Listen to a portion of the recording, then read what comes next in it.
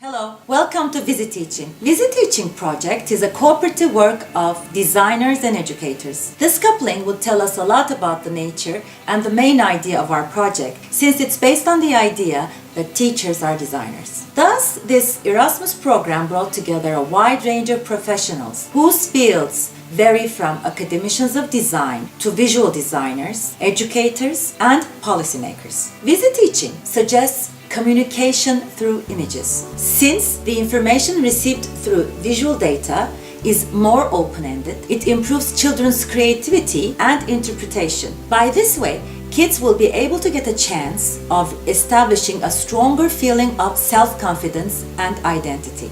On the other hand, since visual language was present long before the auditory and written speech, and that every culture in the world used to have a visual literacy heritage, through visuals, it's much easier to build up a universal language between cultures. Vision, as already known, is a sense of sight and, like all other senses, requires two things. One is a physical stimulus, which is in this case the light, and second is some sort of a receptor. Takes the light and converts it into neuroimpulse. In this case, the receptor is the eye. Learning, on the other hand, is a measurable and relatively permanent change in thinking and behavior. Seeing and learning function very much alike, in fact. In the process of learning, just as in the process of seeing, two things are necessary. One is the stimulus, which is any kind of information from a source, and the other is the receptor, which is the brain that processes the data. Learning implies a change in the individual as a result of some intervention. It may be viewed as an outcome or a process. In summary, vision is learning by itself for those who are capable of seeing.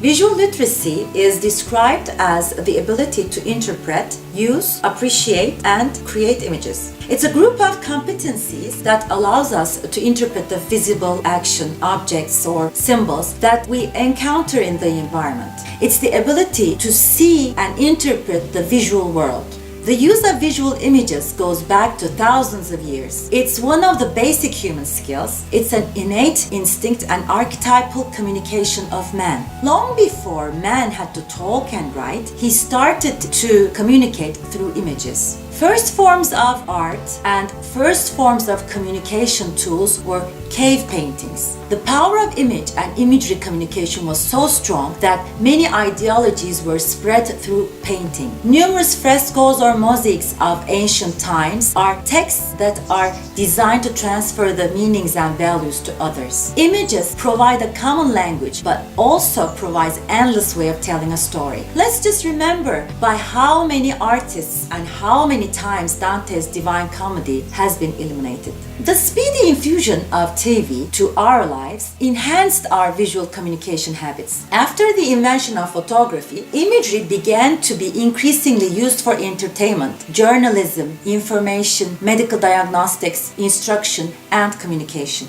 These functions moved the visual image beyond the aesthetic issues of art and moved into the realm of communication studies. 1990s was a benchmark. The World Wide Web was invented, and 3 decades have passed since this digital revolution. Today, we are stuck in an environment which dictates that we are only as smart as the information we can read. If you can read an image, it's also reading. We are surrounded with millions of images per day. And the children who were born after this significant benchmark are named as digital natives. The habits and capabilities of this new generation are far from print-based Gutenberg generation. The characteristics of new age learners are so different.